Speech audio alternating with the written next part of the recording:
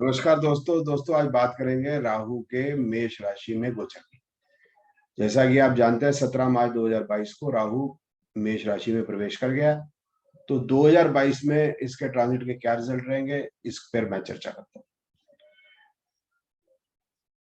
17 मार्च 2022 को राहु जो है मेष राशि में प्रवेश किया और राहु के जो रिजल्ट है वो इस प्रकार से है कि राहु जिस राशि में होता है उस ग्रह के फल देता है, उस राशि के स्वामी की जो ग्रह उसके यहाँ युति में उसके फल देता है और जो ग्रह उसको दृष्टि कर रहा हो उसके फल देता है।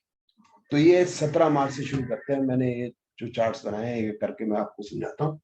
तो 17 मार्च 2022 से 8 अप्रैल 2022 को मोटे तौर पे ग्रहों की यही स्थिति है। चंद्रमा को छोड़, ठीक है। तो चंद्रमा तो आगे 2.5 दिन चलता रहेगा। तो राहु जो है उसको ना तो कोई प्लेनेट देख रहा है ना कोई युति में है उसके साथ कंजंक्शन में। तो राहु मंगल के फल देगा। तो मंगल 1-8 का स्वामी है, 10वें भाव में बैठा है।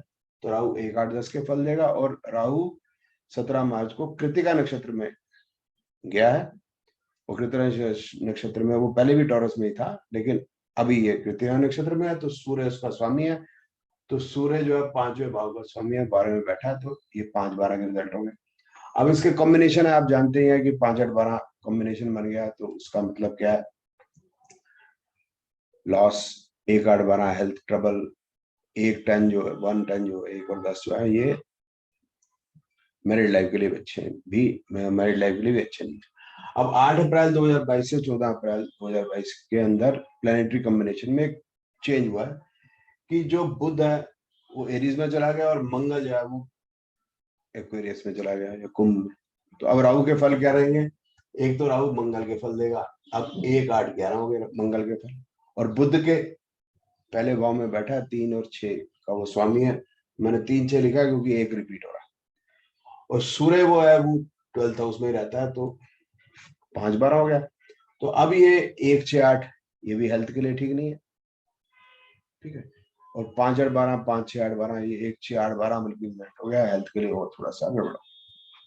लेकिन 5-11 जो है हेल्थ के लिए इंप्रूवमेंट का भी हो गया। तो ये थोड़ा सा बेटरमेंट कह सकते हैं कुछ आता है। अब 14 अप्रैल को जैसे आप जानते हैं कि जो सन है वो एरीज में आएगा।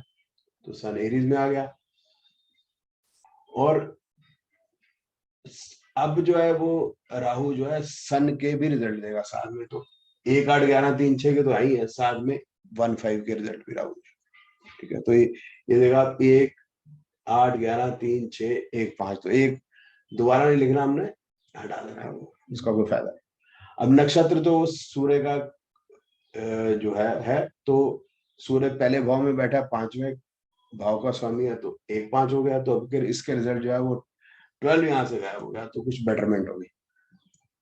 अब आ जाते हैं 25 अप्रैल 2022 से 28 अप्रैल 2022। तो 25 अप्रैल को एक और चेंज आया कि बुध जो है यहाँ से एरीज से टॉरस में निकल गया। तो बुध के रिजल्ट जो है वो रिड्यूस हो गया, घट गए। मतलब इसमें 3 और 6 हमने हटा दिया। अब 28 अप्रैल 2022 को एक और चेंज आया। वो चेंज आपको यहाँ पर दिख रहा होगा कि जो शनि है वो मकर राशि से एक्वेरियस में चला गया। अब शनि जो है वो दृष्टि कर रहा है राहु के। तो अब शनि के भी रिजल्ट राहु देगा। तो 10-11 के रिजल्ट साथ में 1-8-11 राहु के, मंगल के, 10-11 शनि के और सन के 1-5। तो सन के अगर 1-5 है तो फिर वो हमने 1 वो बताया, मैंने नहीं लिखना। और इधर जो हम 11 नहीं लिखेंगे। तो राहु के जो रिजल्ट हो गए वो गए 1-8-11-10 और 5। और सन के वो नक्षत्र में है तो ये बात है, ठीक है। तो मैं लिखता नहीं ताकि कंफ्यूजन ना हो, इसको ऊपर लिख देता हूँ, ठीक। अब आ जाते हैं कि 15 मई 2022 को एक और चेंज आता है। और वो ये चेंज है कि सूर्य जो है एरीज से टॉरस में चला जाता है। वो तो आपको नॉर्मली पता ही है। अब शनि तो एस्पेक्ट कर ही रहा राहु को। तो शनि का जो टन है ये वाला, ये एज इट इज इस पे रहेगा। तो राहु 2 ग्रहों के फल देता रहेगा, 1-8-11 मंगल के और शनि के 10-11। 10 और 11 लॉर्ड, ठीक है, और सूर्य हो गया 2-5। अब ये कॉम्बिनेशन जो है राहु एरीज में ही है, राहु उसी कृतिका नक्षत्र में ही है। लेकिन आप देखिए 28 अप्रैल से लेकर 18 मई तक जो राहु के रिजल्ट है इंप्रूव हो गया। देखिए 1, 8, 11, 10 और 5, तो आप जानते ही हैं कि 5वां हाउस, 10वां हाउस, 11वां हाउस और पहला हाउस ये जन्म पत्री में या एस्ट्रोलॉजी में बेटर माने जाते हैं। तो 10, 11 हो गया राइज इन प्रोफेशन बेहतर है। 8, 11 जो हो गया वो कड़ा धन से फायदा या कोई अकस्मात जो है धन का फायदा। 5, 11 जो है वो हेल्थ के लिए बेटर है। यहाँ पर अब सन में सेकेंड हाउस आ गया, क्योंकि सन जो है यहाँ चला गया, तो 1 की जगह 2, ये मतलब संचित धन की बात की आ गई। तो इसका मतलब राहु का रिजल्ट जो है एरीज में होते हुए ही आप देखिए 17 मार्च से 18 मई तक कितने चेंजेस है। अब 18 मई से आगे चलते हैं। तो अब हमने ये समझा था 18 मई तक। अब 18 मई में एक जो डेवलपमेंट ये हुई है कि मंगल जो है वो एक्वेरियस से पाइसेस में चला गया। तो इससे चलने से क्या फर्क आ जाएगा कि राहु जो है अब जो पहले 1, 8, 11 बता रहा था, अब 1, 8, 12 के रिजल्ट बताएगा, क्योंकि मंगल 12 में आ गया। तो 1, 8 और 12 मंगल के रिजल्ट हो जाएंगे। और शनि के तो एस्पेक्ट है ही है, तो 10, 11 के रिजल्ट वो देते ही रहेगा। तो उसमें क्या है कि राहु में थोड़ी सी परेशानी आ गई, मतलब यार नेगेटिव रिजल्ट पड़ गए, क्योंकि 12th हाउस आ गया। सूर्य सेकंड हाउस में है, तो 2 और 5 के रिजल्ट देगा, तो राहु उसके नक्षत्र के फल देगा। अब 24 मई को फर्दर डेवलपमेंट है। फर्दर डेवलपमेंट क्या है कि वीनस जो है वो यहाँ, तो वीनस के ऐड हो जाएंगे रिजल्ट। वीनस क्योंकि दूसरे और 7वें भाव का स्वामी है, तो राहु वीनस के रिजल्ट भी देगा, तो राहु के रिजल्ट हो जाएंगे 1, 8, 12, 10, 11 2, 7 में। अब जो राहु जो है मैरिज के लिए बेहतर हो गया, 2, 7, 11, 2, 7, 11 पूरा बता दिया।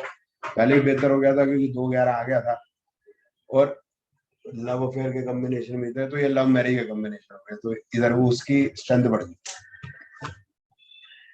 इसके बाद अब 18 जून, मैंने जैसे 16 जून के बाद 18 जून सीधा लगा दिया। वो एक्चुअली 2 इसके अंदर मूवमेंट्स हुई हैं, तो मैंने थोड़ा 1 आध दिन तो छोड़ दिया। 2 मूवमेंट क्या हुई है कि वीनस जो है या शुक्र जो है वो टॉरस में चला गया, ठीक है, और साथ में शनि, जुपिटर, मार्स, हाँ वीनस की मूवमेंट यहाँ हुई अभी 16 जून को। तो दूसरी डेवलपमेंट हुई शनि केतु सन, हाँ सन जो है वो भी टॉरस से जेमिनी आ गया, तो ये मूवमेंट हो। तो इस मूवमेंट से क्या फर्क पड़ा है कि जो पहले सूर्य 2, 5 के रिजल्ट देगा था, अब सूर्य 3, 5 के रिजल्ट देगा, और वीनस के वहां जाने से ये वीनस के या शुक्र के रिजल्ट जो है राहु में अब ले जाएंगे, तो राहु अब 1, 8, 12, 10, 11 बताएगा, तो मैरिज का कॉम्बिनेशन जो है गायब हो गया। अब राहु मैरिज के कॉम्बिनेशन बता है। अब आ जाते हैं हम 28 जून। 28 जून में फिर एक फर्दर डेवलपमेंट है, एक और मूवमेंट है। वो मूवमेंट क्या है कि मंगल जो है वो पाइसेस से एरीज में,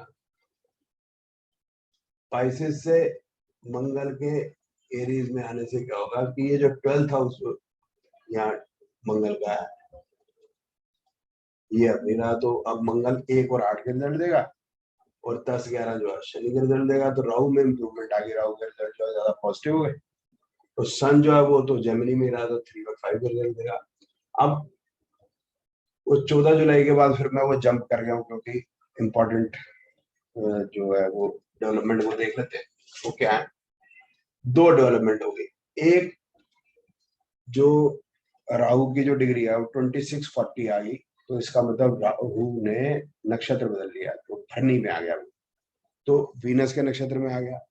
दूसरा क्या है, शनि जो है रेट्रोग्रेड करके एक्वेरियस से मकर में पहुंच गया। रेट्रोग्रेड तो पहले भी था, लेकिन वो मकर में पहुंच गया। तो अब राहु जो है वो 10, 11, 10, 11 नहीं दिखाएगा, शनि के 1 और 8 के रिजल्ट मंगल के देगा, और वीनस के रिजल्ट हो गए 2 और 7 इसके पोजीशन के, और थर्ड जो है 2 और 7 इसके लॉर्डशिप के, थर्ड इसके पोजीशन में भी वीनस भी चेंज हुआ। अब आ जाते हैं 9 अगस्त को। तो 9 अगस्त को एक और डेवलपमेंट होगी, मंगल ने एरीज से टॉरस में आ गया, तो 1, 8 की जगह मंगल 1, 2, 8 के रिजल्ट देगा, और इधर शुक्र जो है वो कर्क में आ गया। तो अब शुक्र के 2-4 साथ हो गए। तो अब क्या हो गया, इसके बाद अगस्त के बाद राहु की जो रिजल्ट है वो शुक्र की मूवमेंट पे बहुत ज्यादा फर्क करेगी। अब ये तो जुपिटर तो वहीं का वहीं रहेगा, अब तो कुछ और होना नहीं, ठीक है ना। अब क्या होगा, शुक्र भागेगा वैसे। अब जब शुक्र यहाँ आ जाएगा तो 5-7 हो जाएगा।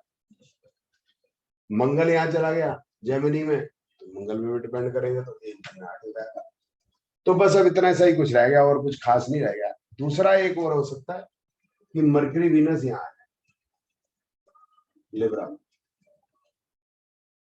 और वो नॉर्मली आ ही सकते हैं, इकट्ठे आ सकते हैं या फिर अलग अलग आ सकते हैं। तो मरकरी अगर यहाँ आ जाता है और राहु को एस्पेक्ट करता है, तो मरकरी के यहाँ पर रिजल्ट हम लगा 3, 6 और 7 राहु के साथ।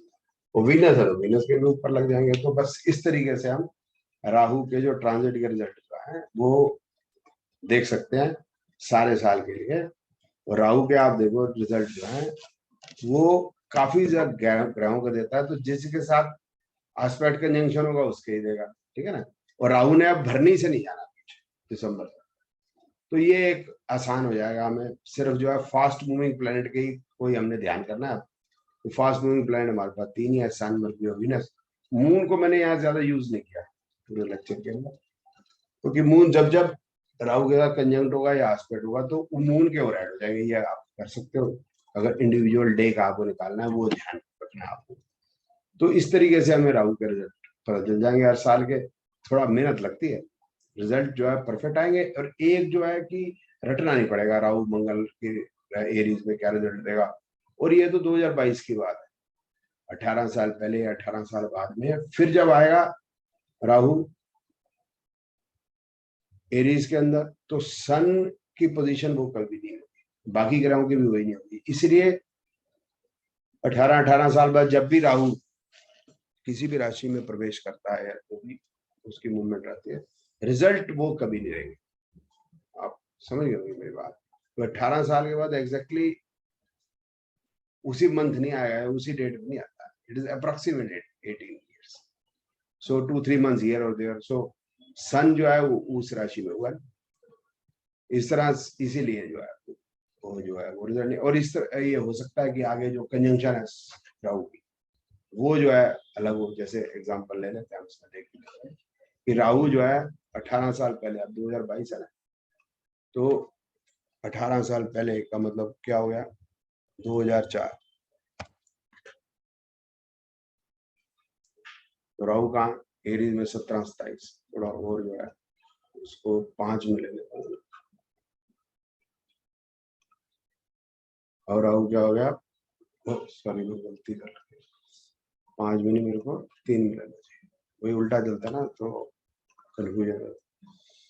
तो ये टॉरस में 5 38 है, ठीक है। इसको